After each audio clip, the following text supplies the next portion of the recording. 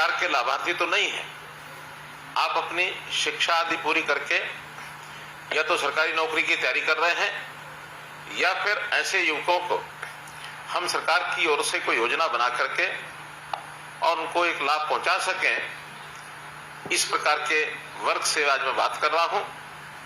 निश्चित रूप से आज आप जो है भविष्य के लाभार्थी है। मैं हमेशा ये चिंता करता हूं कि हरियाणा के समाज के जो गरीब परिवारों के लोग हैं और खास करके जिनको काम की जरूरत है, इनके लिए कुछ योजनाएं बनाई जाए। गरीब परिवार यानी हर ऐसा परिवार जो पंक्ति में अंतिम खड़ा है, उसको कैसे आगे बढ़ाना, अंत्योदय की भावना से उसको हम आगे बढ़ाने की बात करते हैं। तो इस योजना के लिए सरकार अंत्योदय के हक में वैसे तो कई योजनाएं लेके आई है, लेकिन अगर रोजगार की जैसी बात ये युवक को मिल जाए तो निश्चित रूप से और वो ये रोजगार स्वाभिमानी स्वावलंबन होकर अपने पैरों पर खड़ा होगा तो सबको प्रसन्नता होगी। आप वैसे बेरोजगार होंगे, लेकिन मैं आपको बेरोजगार नहीं कहूंगा। आप एक प्रकार से प्रतिभावान हैं। आपकी प्रतिभा का उपयोग समाज में किस काम के लिए हो सके, ऐसे अवसर तलाश करने का काम आप और हम मिलकर करेंगे। मित्रों, जब भी कभी कोई साथी ऐसे अवसर से गुजरता है, जब वो काम करना चाहता है लेकिन उसको काम नहीं मिलता है, तो अपनी भागदौड़ के लिए वो रोजगार के लिए तलाश करता है, रोजगार के लिए अपने आप को तैयार करता है, और जब तैयार हो जाता है तब वो रोजगार की चिंता भी करता है। हम लोग ऐसे तैयार हुए युवक को सदा संपर्क करते हैं, और संपर्क करने के लिए हमने एक योजना बनाई पिछले दिनों में, मुख्यमंत्री अंत्योदय परिवार उत्थान योजना। और इस अंत्योदय परिवार उत्थान योजना के अंतर्गत प्रदेश भर में लगभग 500 कैंप ये हमने लगाए, और एक एक परिवार के किसी न किसी सदस्य को हमने बुला करके और उनको कोई काम देने की बात कही। ऐसे परिवार जिनकी आय 1 लाख रुपए से कम है, हो सकता है आप में से भी किसी को उस कैंप में जाने का अवसर मिला हो सकता है आप न गए हो, लेकिन हमने ऐसे अपने कैंप लगाकर लगभग 50,000 से ऊपर ऐसे युवाओं को और बैंक से लोन लेकर के दिलवाया है, ताकि वो अपने पैरों पर खड़े हो सकें, स्वावलंबी होकर और अपने काम को आगे बढ़ा सकें। हाँ, निश्चित रूप से बड़ी संख्या है, और उस बड़ी संख्या में इतनी एक योगदान के कारण से को मैं कहूंगा कि सभी लोग रोजगार सबको मिला है, ऐसा नहीं है। आज तो मैं प्राथमिकता के तौर पर ऐसे युवक जिनकी आयु 24 साल से 36 साल हो गई है, जिनके परिवार की आय 1 लाख रुपया इससे कम है, और जो ग्रेजुएट्स हैं, ग्रेजुएट से इससे ऊपर हैं, ऐसे जो बेरोजगार लोगों को, जो हमारे युवा साथी हैं, भाई बहने हैं, उनके साथ बात करने के लिए मैंने योजना बनाई। और एक बात आपको मैं ध्यान कराना चाहूंगा कि आखिर इस प्रकार की योजना है ये हम कैसे बना पाते हैं। आपको ध्यान होगा, हमने एक नई योजना यूनिक पूरे देश भर में, हमारा अपना प्रांतीय हरियाणा, जहां हमने परिवार पहचान पत्र की इस योजना को लागू किया है। परिवार पहचान पत्र के माध्यम से मैं आप सब लोगों तक पहुंचने का और एक रास्ता बना पाया हूं। जो लोग इस परिवार पहचान पत्र की आलोचना करते हैं, वास्तव में वो इन व्यवस्थाओं को पसंद नहीं करते हैं, क्योंकि उनको पता है कि एक बहुत आसान तरीके से प्रदेश में किसी भी व्यक्ति तक पहुंच बनाई जा सकती है, प्रदेश के किसी व्यक्ति से हम बात कर सकते हैं। तो ये सारा काम करने के लिए ऐसी एक सूची बना करके आप लोगों से बात करने का मैंने ये रास्ता ढूंढा है।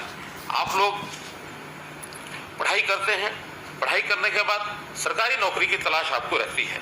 पता है अपने को सबको कि सरकारी नौकरी के लिए एक परीक्षा देनी पड़ती है, और उसमें मेरिट अगर अच्छी आती है तब जाकर के सरकारी नौकरी किसी को मिलती है। सरकारी नौकरी बहुत अधिक लोगों को मिलना संभव नहीं होता, मात्र 5 या 6% लोगों को ही ये नौकरी मिलती है। शेष सबको भी रोजगार चाहिए। तो रोजगार के लिए हम लोगों ने ऐसी कुछ व्यवस्थाएं की हैं कि स्वरोजगार से आप लोगों तक पहुंच करके, रोजगार मेले लगा करके, कहीं स्वरोजगार के साथ अपना व्यवसाय करने का, या कहीं मानो प्राइवेट नौकरी के लिए भी आपको तैयार किया जा सके। और बहुत ऐसे लोग भी हैं जो अपनी तैयारी करके और सरकारी नौकरी में जाना चाहते हैं, लेकिन उनको वर्षों लग जाते हैं, किसी को 2 वर्ष, किसी को 3 वर्ष। तो ये जो इंटरिम बीच का समय है, इस बीच के समय में भी कोई खाली न रहे, तो इसके लिए कई हमने व्यवस्थाएं बनाई हैं। चाहे उसमें HKR के माध्यम से हम जो उनको जो एक आउटसोर्सिंग की नौकरी ये दिलाने का काम करते हैं, या कहीं वो प्राइवेट नौकरी करता है। तो इस प्रकार के काम से हमने तो यहाँ तक भी युवा सक्षम युवा जो योजना चलाई, जिसके अंतर्गत नौजवान कोई भी अगर स्नातक होता है तो घर खाली न बैठे, बल्कि उसको महीने में 100 घंटे का काम हम दे करके उसके लिए भी 7,500 रुपया 9,000 रुपया ऐसे हमने योजना बनाई, ताकि कम से कम आगे बढ़ने के लिए उसकी जेब में अगर कुछ पैसा होगा तो निश्चित रूप से काम कर पाएगा। हमने उनको वहाँ भेज करके 17 विभाग ऐसे थे जिन्होंने ऐसे सब युवाओं की काउंसलिंग की, और उन मेलों में उन्होंने जा करके पुरानी जो कुछ कंपनियां ऐसी हैं, कुछ उद्योग ऐसे हैं जिनको बुला करके काम देने की भी बात की है। तो इन सारे प्रयत्नों के माध्यम से आप लोगों को कैसे काम मिल जाए, इसका हम लगातार प्रयत्न करते हैं। मित्रों, पिछले 9 वर्ष में बहुत से उद्योग लगे हैं, बहुत से रोजगार लगे हैं। मुझे तो इस बात की प्रसन्नता है कि हम जितने प्रयत्न करते हैं उसका बहुत लाभ हो रहा है। हमने अभी पिछले दिनों के अंदर जो 1889 रोजगार मेले लगाए, जिसके अंदर 1 लाख से ऊपर ऐसे नौजवानों को निजी क्षेत्रों में उनको रोजगार के साथ जोड़ा है। और सरकारी नौकरी की जहां तक विषय है, योग्यता के आधार पर हमने एक शब्द प्रयोग किया कि बिना पर्ची बिना खर्ची ये नौकरी दी जाएगी। और मुझे इस बात का संतोष है कि पिछले 9 वर्ष में हम इससे पहले की जितनी सरकारें रही हैं, अगर औसतन लगाए तो सबसे ज्यादा नौकरी हमने दी हैं। उदाहरण के तौर पर 1999 से लेकर 2005 तक ये जो 5 साल की सरकार, 5.5 साल वो सरकार चली, मात्र 15,000 नौकरियां ही वो दे पाए। और फिर कांग्रेस की सरकार 2005 से 2014 पूरे 10 वर्ष चली, उन्होंने भी 10 वर्ष में और 86,000 नौकरियां मात्र दी। अब ये अलग बात है कि क्लेम करने में कोई कितना ही क्लेम करे। मैं भी पिछले दिनों में पूर्व मुख्यमंत्री भूपेंद्र सिंह हुड्डा से बात मैं सुन रहा था उनकी बात, तो उसमें उन्होंने बताया कि हमने 1 लाख तो अध्यापक लगा दिए हैं, जबकि वास्तविकता ये है कि कुल 10 साल में 35,000 अध्यापकों की भर्ती उन्होंने की है।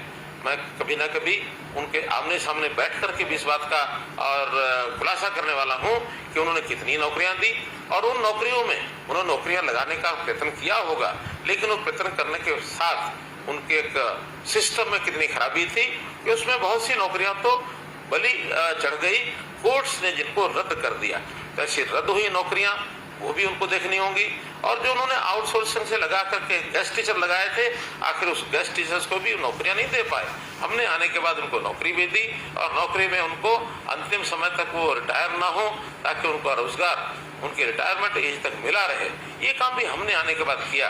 तो हम जो ट्रांसपेरेंट नौकरियां कर रहे हैं, यानी जो दे रहे हैं 2014 से लेकर 2023, इन 9 सालों में मुझे बड़ी खुशी है इस बात को बताते हुए कि 1,14,000 तो सरकारी नौकरियां हमने दी हैं, और साथ ही अभी अगले 6 महीने के अंदर और 41,000 भर्तियां जो हैं वो प्रक्रियाधीन हैं। तो अगर ये सब भी होती हैं तो 1.5 लाख से ऊपर नौकरियां ये हमारे इस 10 साल के कार्यकाल में पूरी होंगी। तो हम हर वर्ष चाहते हैं कि ऐसे जो बेरोजगार हैं, जो नए तैयार होते हैं, कोई मैट्रिक पास करके काम करना चाहता है, कोई +2 पास करके करना चाहता है, कोई ग्रेजुएट पोस्ट ग्रेजुएट बन करके काम करना चाहता है, तो ऐसे हर साल 2 लाख से ऊपर लोग ऐसे होते हैं जिनको कोई ना कोई व्यवसाय मार्केट में चाहिए, प्राइवेट नौकरी चाहिए, अपना व्यवसाय चाहिए। इस सब के लिए कौशल की बहुत बड़ी आवश्यकता होती है। हमने कौशल विकास कैसे हो, इसके लिए हरियाणा ने और एक श्री विश्वकर्मा कौशल विश्वविद्यालय ये भी खुला है। उसके खुलने के बाद हजारों युवक चाहे सीधे यूनिवर्सिटी से अथवा यूनिवर्सिटीज का जो अन्य संस्थान उद्योग आदि हैं उनके साथ जो समझौता हुआ है, करार हुआ है, उसके माध्यम से वो कौशल प्राप्त करते हैं, फिर उन्हीं के स्थानों के ऊपर वो नौकरी में भी लगते हैं। तो इस प्रकार की सारी व्यवस्थाएं हम कर रहे हैं। अपने गरीब छात्र जो होते हैं वो हर बार हर साल एक परीक्षा देने के लिए फॉर्म भरते हैं, फीस देनी पड़ती है। और हरियाणा में हमने सीईटी की व्यवस्था जो की है, कॉमन एलिजिबिलिटी टेस्ट, उसके माध्यम से ये तय किया है कि किसी भी युवा को नौकरी करने के लिए बार बार आवेदन नहीं करना पड़ेगा। पढ़ाई के बाद एक ही बार आवेदन करेगा, और जो परीक्षा देगा भी सही तो 3 वर्ष तक लगातार उस परीक्षा का परिणाम और वो जो है एक प्रकार से उसको मान्यता दी जाएगी। उसमें से कभी भी 3 वर्षों में उसको जो नौकरी पर मिल सकती है। हाथों हाथ जिनको नौकरी मिलेगी उनको तो सरकारी नौकरी में पक्के होंगे ही। जो ऐसी जो परीक्षा सीईटी की होती है उसमें हमने एसकेआर के माध्यम से भी ऐसे जो परीक्षा दे चुके लोग हैं सीईटी में, उनको 10% मार्क्स अंक अलग से भी मिलेंगे, ताकि प्राथमिकता के आधार के ऊपर उनको जो है नौकरी दी जा सके, क्योंकि उनकी आवश्यकता बहुत अधिक है। बीपीएल के जो परिवार हैं, ऐसे परिवारों को 5 अंक अतिरिक्त देने का भी हमने प्रावधान किया है। और इन 5 अंक के कारण से बहुत से ऐसे जो विद्यार्थी अपनी गरीबी के कारण से शायद कम्पीट करने में उनको कठिनाई आती होगी, तो इन 5 अंक लेने के बाद वो एक अच्छी कंफर्टेबल पोजीशन पर ये आ जाते हैं। ये भी हमने इसके अंदर जो है एक आजकल इंडस्ट्री ऐसे युवकों को तलाश करती है जो नवीनतम तकनीक के अनुसार उद्योगों की मांगों को पूरा करे। तो इस प्रकार कुछ युवा ऐसी पढ़ाई करने के बाद उनको अप्रेंटिसशिप, इस एक योजना का भी लाभ हम दिलाते हैं। प्रदेश में अप्रेंटिसशिप प्रशिक्षण, इस पर विशेष ध्यान हमने दिया है। तो जो प्रति लाख जनसंख्या के आधार पर पूरे देश में ऐसे अप्रेंटिस की संख्या को गिने तो हरियाणा राज्य देश में प्रथम स्थान पर आया है, जो अप्रेंटिस के माध्यम से उनको जो है नौकरियां मिलती हैं। तो ऐसे ही बहुत लोग विदेश में भी जाने की इच्छा रखते हैं। अभी तक कुछ ऐसे जालसाज लोग जो उनको फर्जी तरीके से विदेश भेजते हैं, वहाँ काम भी नहीं मिलता है, बल्कि उनसे पैसा वो ऐंठ लेते हैं और वो बाद में परेशानी परिवार वालों को भी होती है, उनको भी होती है। इन सब से बचने के लिए हमने एक फॉरेन कोऑपरेशन डिपार्टमेंट, एक विदेश सहयोग विभाग ये बनाया है, ताकि इस प्रकार के जो युवा हैं उनको एक ऐसा अवसर हम दिला सकें कि विदेश जाने का तरीका साफ सुथरा और एक मान्यता प्राप्त जो रास्ता है उसके माध्यम से अगर वो जाते हैं तो इसमें से जालसाजों के जाल से उनको बचाया जा सकेगा। अभी हमने जो रोजगार लेने वाले जो विदेश में जाने वाले युवक हैं, उनके कॉलेज में पढ़ाई के बाद मुफ्त में पासपोर्ट देने की व्यवस्था भी की है। मुझे खुशी है बताते हुए कि लगभग 27,000 पासपोर्ट और ये हमने इशू किए हैं, जिन लोगों का कोई अपना पैसा एक भी लगा नहीं है। हरियाणा में हमारा जो पुराने जो इस प्रकार के दस्तकार लोग हैं, ऐसे दस्तकार लोगों को हमने कहा कि नए युवकों को सिखाने का काम करें। ऐसे जो पुराने दस्तकार हैं उनको गुरु की संज्ञा दे करके और हरियाणा कौशल विश्वविद्यालय पलवल का उसके साथ जोड़ा है। तो ऐसी गुरु शिक्षा परंपरा के माध्यम से जो इस प्रकार के टेक्नीशियन को तैयार कर सकते हैं, प्लम्बर तैयार कर सकते हैं, राजमिस्त्री, इलेक्ट्रीशियन आदि, ये सब तैयार करने के लिए उन सबको किसी एक प्लेटफॉर्म लाकर, जिसका मिस्त्री नाम से, मिस्त्री हरियाणा नाम से हमने ऐप बनाया है। जो ऐसे काम सीखना चाहते हैं मिस्त्री ऐप पर जाएंगे और मिस्त्री ऐप के माध्यम से उनकी सिखलाई ट्रेनिंग करा करके कौशल विश्वविद्यालय के माध्यम से सर्टिफिकेट दे करके, ताकि वो काम में उनको सुविधा हो सके, इस योजना को भी हमने चलाया है।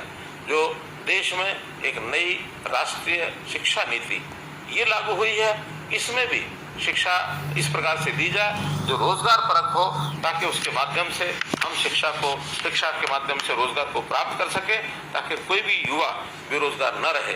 भाइयों बहनों मित्रों, हमारा यह सपना है कि हम आने वाले कुछ समय के बाद अपने प्रदेश का एक भी युवा बेरोजगार न हो, ऐसी स्थिति लाना चाहते हैं। उसके अंदर आप सबका साथ चाहिए। आपका साथ मिलेगा, सबका विकास होगा, सब में एक विश्वास होगा और सबका प्रयास होगा, तो हम इस लक्ष्य को बहुत जल्दी प्राप्त कर पाएंगे। और इस हरियाणा को हम लोग आत्मनिर्भर हरियाणा बना सकें, इसमें सब लोग यदि साथ लगेंगे तो निश्चित रूप से आप और हम अपने इस देश और प्रदेश को एक लाभ भी दे सकेंगे और अपने परिवार को भी ठीक से हम पालन पोषण उनका कर सकेंगे। मैं आप सबके लिए आपके भविष्य की शुभकामना करते हुए अपनी बात को समाप्त करता हूं और आशा करता हूं कि आपको जीवन के इस पड़ाव पर अगर आप अभी तक कोई काम नहीं करते हैं तो जिस भी प्रकार का कोई आपको काम मिले, चाहे सरकार की सहायता से मिले चाहे बिना सरकार की सहायता से मिले, काम करना प्रारंभ अवश्य करें। छोटे बड़े की चिंता न करें। आज कोई भी जब आप काम करेंगे, अवसर मिलने पर निरंतर उसमें आप बढ़ते चले जाएंगे। इसलिए खाली रहने के बजाय कोई काम मिल जाए उस काम को करना चाहिए। हम भरसक प्रयत्न करेंगे कि आपको कम से कम इतना काम जरूर मिल जाए जिससे आपका परिवार का पालन पोषण हो सके। आपका बहुत बहुत धन्यवाद, बहुत बहुत आभार।